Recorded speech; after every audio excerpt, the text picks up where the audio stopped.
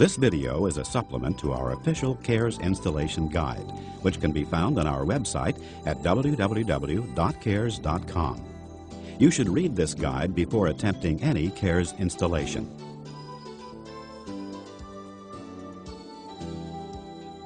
These are the tools you'll need for a successful installation: Kahrs hand block, the Kahrs wedge, a moisture test for either wood or concrete subfloors, a hygrometer for measuring relative humidity and temperature, utility knife, saw, expansion shims, tape measure, a pencil, a square, and a calculator. Other tools you may need include a Kahrs last board puller, a hammer, and a wood chisel. In addition to the tools and the flooring, the following installation materials are also required: Kahrs combo system underlayment, Kahrs 3M Superbond seam tape, Kahrs Lanabond adhesive, and Kahrs pre-finished moldings. Besides concrete and wood substrates, a Kahrs floating floor can be installed right over existing vinyl or ceramic tile floors. Kahrs is also approved for use over radiant heat systems. You'll find a complete guide to subfloor preparation in our installation guide at our website. Simply put, the subfloor must be firm, dry, and flat. Firm means that the subfloor doesn't move up and down. Usually, small amounts of movement can be removed by securing the subfloor with screws. Dry means that the measured moisture content in the subfloor does not exceed our requirements. Wood subfloors can be measured with a moisture meter like this Wagner L609. For a concrete subfloor, a calcium chloride test provides the most accurate results. Flatness of the subfloor can be checked by using the edge of an 8-foot Kahrs board. The subfloor cannot vary more than 1/8 inch over 8 foot. Low spots will need to be filled in with a non-compressible material, such as roofing felt or uncushioned sheet vinyl, and high spots will need to be ground down. To prepare the room for installation, all door jambs and doors will need to be undercut to allow for proper expansion. All base and/or quarter round should also be removed and then replaced over the expansion space when the floor is finished. Taking measurements to determine proper expansion and last board width is the next step. Handy worksheets to help with these equations are available on our website. There must be 1/16 inch of expansion on all sides for every 3 feet of floor width. Remember, proper expansion must be left around everything, including door jambs and other obstructions. The other equation to be performed is to determine the width of the last board. No board can be less than 3 inches in width. Laying the Kahrs combo system underlayment is the next step. All Kahrs product installations need to have both a moisture barrier and a pad. Kahrs combo system underlayment provides both of these in one easy installation with enhanced sound reducing properties.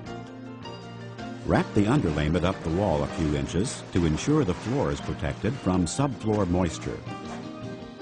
The seams should be butted together, not overlapped, and then taped with the provided 3M brand Superbond 396 tape. This tape is specially designed to combine an appropriate moisture barrier with an age-resistant adhesive. Any tears in the underlayment must be repaired using the same 3M tape. After the floor is installed, trim the underlayment back to the floor height using a razor knife. Up to this point, the installation requirements and techniques are the same for all Kahrs and Linea floors. This installation will feature a Kahrs floor with a new patented woodlock joint. For instructions and techniques on how to install a Kahrs floor with our traditional tongue and groove joint, please see our website. For installation requirements and tips on any of our Linea products, there will be a short segment at the end of this video. No Kahrs product should be acclimated. All products should remain in the factory packaging until the time of installation. It is only necessary to open one carton at a time. This will help prevent any prolonged exposure of uninstalled boards to the environment. An installation featuring the woodlock joint offers many benefits: faster installation, tight joints, and no glue to clean up. the woodlock joint actually tightens itself as it installs, resulting in fewer gaps and greater stability. To assemble the woodlock joint, simply engage the tongue into the groove at approximately a 45-degree angle. Keep pressure against the seam as you lower the board slowly. The patented profile does the tightening for you. To start installing the floor, working left to right, place your first board with the tongues facing the starting walls. Insert shims to ensure proper expansion on all sides. The second board is simply lowered into place, starting at a 45-degree angle. Finish the first row by cutting the last board to length, making sure to leave the proper expansion space. Use the cutoff piece from the first row to start the second row. Kahrs requires that there be a minimum 20-inch spacing between butt seams of adjacent rows. If the cutoff piece does not allow this, cut a new piece to start the second row. In addition to the 20-inch racking, Kahrs also requires that there be at least one end joint in every row. To install a board along both a butt and a long seam, you will need the Kahrs wedge and hand block. Insert the wedge under the previously installed board about 1 inch from the open end joint. Engage the end joint first, as you did in the starting row. Keep the long side joint in line with the adjacent board. Gently tap the long seam closed, starting from the left with the Kahrs hand block. Now remove the wedge and lock the board into place by tapping lightly until the board is flat. If necessary, the woodlock joint can be installed in either direction.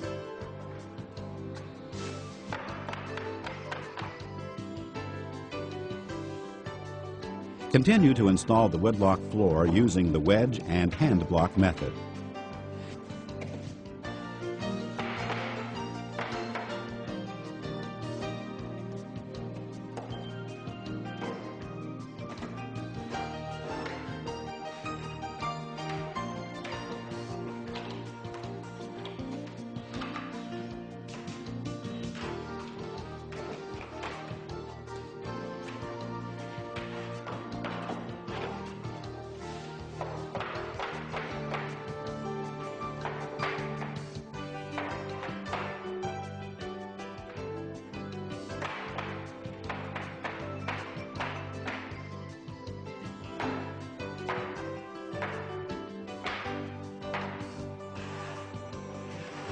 At the end of the room, rip the last board to fit. Remember, no board can be less than 3 inches in width. Use a scrap of flooring and a hammer to gently lower the last board into place.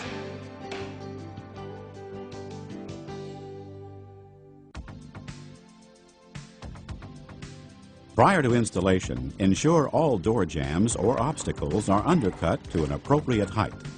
Test the clearance with a piece of flooring and underlayment. To install a board under a door jamb or obstacle along the side joint, as in the last row, requires a slight modification. Once you've installed flooring up to the jamb, remove the locking mechanism from the groove of that row. Then apply a bead of Kahrs adhesive along the protrusion. Now slide the new board under the door jamb and engage the long seam with the use of the last board puller or hand block.